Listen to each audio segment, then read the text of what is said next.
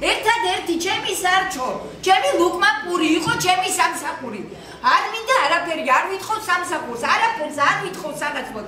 უბრალოდ ერთი რამეში გამარკვიოთ. რა კრიტერიუმით გამათავისუფლეს რის საფუძველზე რა დავაჭარო.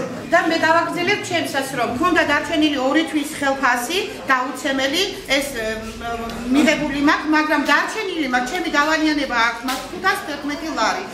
მე არჩევნების პერიოდში ვიყავი ნაციონალური მოძრაობის შტაბში მუშაობდი. შემპირდნენ რომ მიშუანგობდნენ ახალაიასთან გენერალურ დირექტორთან მიშუანგობდნენ და დამცემდნენ ამ ხელფასს.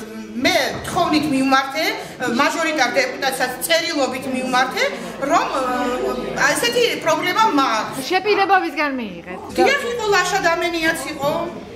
ლაშა შეგპირდათ უშუალოდ? ლაშა დამენიასგან. არა, შემპირდა როგორ ახლა გაგცემ ხელფასს არა, მაგრამ ესე იგი შუამდგომლობას გამიწევდა. წმინდა ლუკას კლინიკის გენერალურ დირექტორთან ბატონ როლანდ ახალაიას. არჩევნების შემდეგ თუ მიმართეთ ქალბატონო? არ მიმართავს.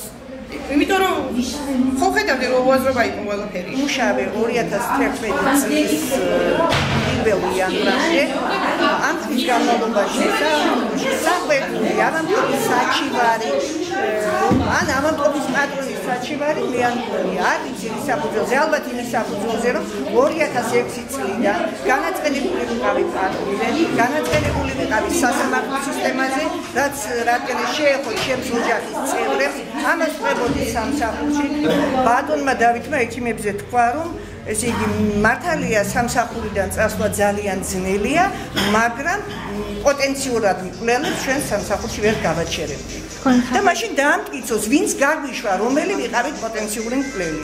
ეს ოჯახურ პლანებზე გამოიძიონ, რომ მთელი ოჯახი დავით ფიფიასი, რომ იქა მოყალათებული თბილად, აქ ძალიან მაღალი ანაზღაურებები, შეიძინეს ამდენი მანქანები, ამდენი ბინები და საიდან ეს ყველაფერი?